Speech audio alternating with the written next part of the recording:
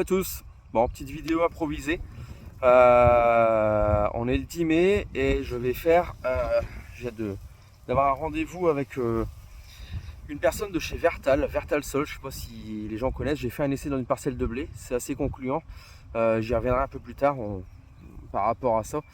Mais surtout là, on fait le test du slip. Voilà, slip en coton dans les sols. Donc on a implanté, j'ai fait des photos, je vous les passerai un petit peu plus loin dans la vidéo.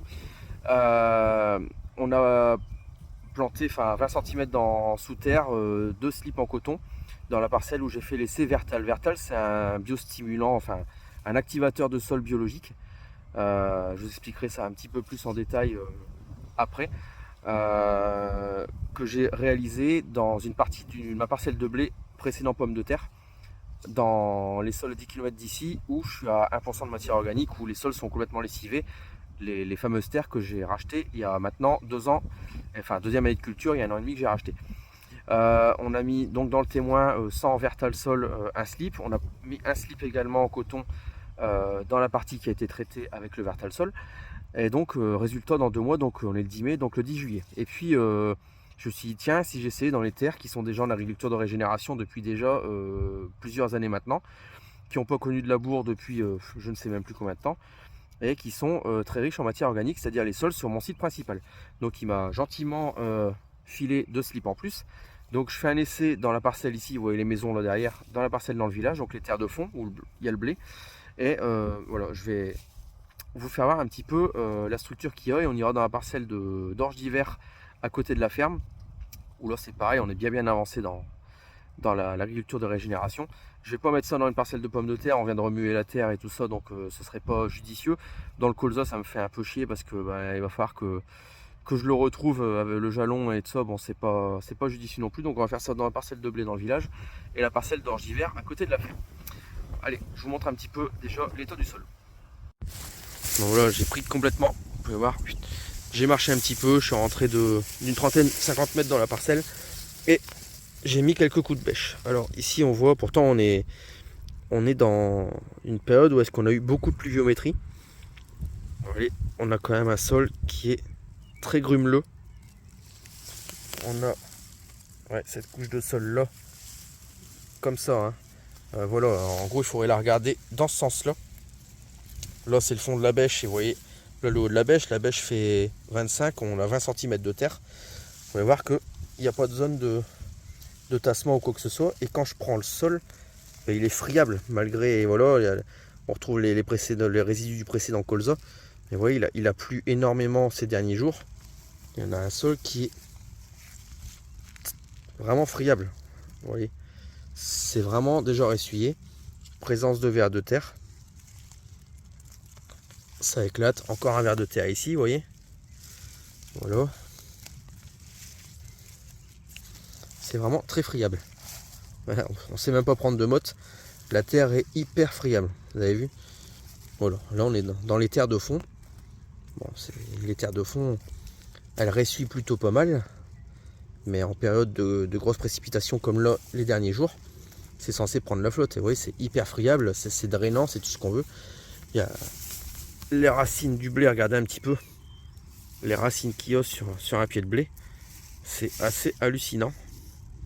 Enfin moi en tout cas, ça me plaît énormément. Bon, allez, on va creuser un petit peu. Allez, là, on est à quasiment 25 cm. La structure, elle est la même. Hein. Voilà, c'est vraiment friable.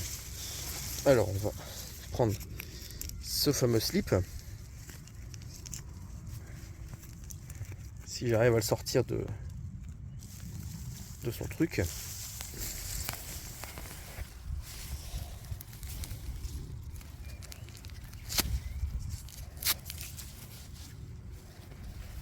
Voilà. Hop. Alors, hop, voilà. On le met bien dans le fond. Et on recouvre de terre. Regardez, il est beau celui-là.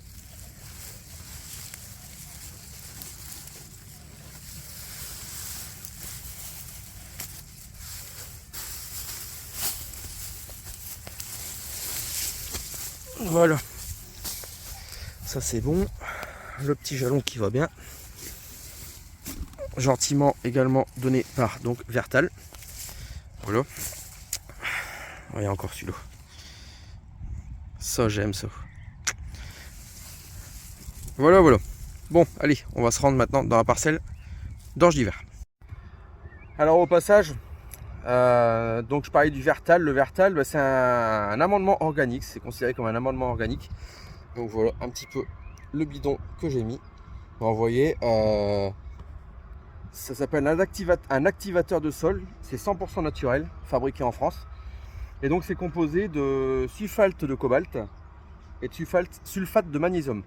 C'est une base de mélasse et de canne à sucre. Et donc c'est un activateur de sol avec des antioxydants dedans. Donc c'est un biostimulant.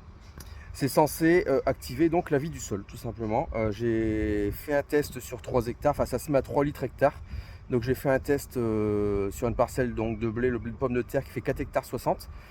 J'ai laissé tous les tours et j'ai fait l'intérieur de la parcelle avec ça. Donc il restait un bon 3 hectares, donc à 3 litres hectare. Ça a été fait en novembre, donc il y a 6 mois que c'est actif. Et au test bêche, on a vu quelques différences sur le témoin qui n'avait pas reçu de Vertal et là où il y a eu du Vertal.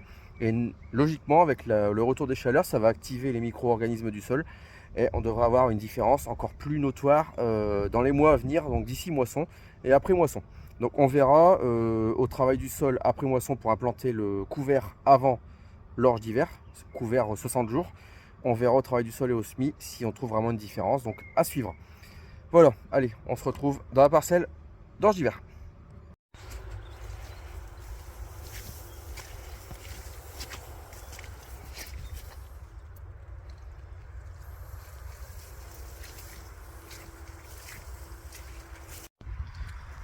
Bon, on est dans l'orge d'hiver. Alors je viens de réaliser un truc avec la chaleur et le temps orageux de ces derniers jours. Bon, l'épiaison est quasiment terminée. C'était très rapide. Enfin, ça a bien très rapide, ça a bien rattrapé. Je constate des épis un petit peu moins grands que l'an dernier. Ils sont relativement corrects, mais quand même quelques centimètres de moins que l'an dernier. Par contre, je me fais un peu peur parce que voilà, je fais 1m76 et ça m'arrive largement au-dessus de la taille. Je dirais qu'on a une orge qui fait un bon 1m20. Bon, tout a été fait pour pas que ça verse, mais prions le bon Dieu pour que ça tienne. Bon, je vais pas aller très loin parce qu'elle est grande, elle est en train d'épier. Bon, pareil, je suis avancé une cinquantaine de mètres. Je me repère au premier passage de roue, enfin, pas le premier après la fourrière. Je vais avancer d'un mètre dedans, creuser, et puis on va regarder ça. Bon, voilà, mon trou il est fait. Regardez ici le camarade. Voilà. Bon, ici il y a quand même, j'ai dit, plus d'argile. Et il a plu quand même énormément ces derniers jours.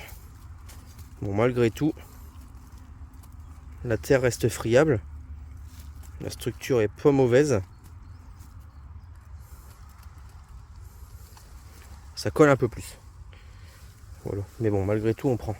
Les mottes éclatent moins dans la terre du fait qu'il y a un pourcentage d'argile plus fort, ce qui lie un peu plus les mottes entre elles. Mais malgré tout, on voit des trous de vers de terre un petit peu partout. Il y a de la porosité. Bon, on est sur une année quand même un peu trop pluvieuse pour un printemps.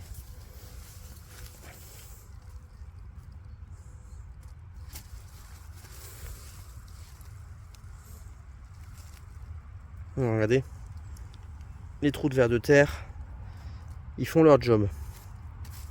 Mais c'est sûr, beaucoup trop d'eau. Bon, même opération. Mon slip une vingtaine de centimètres. La terre au-dessus. Voilà.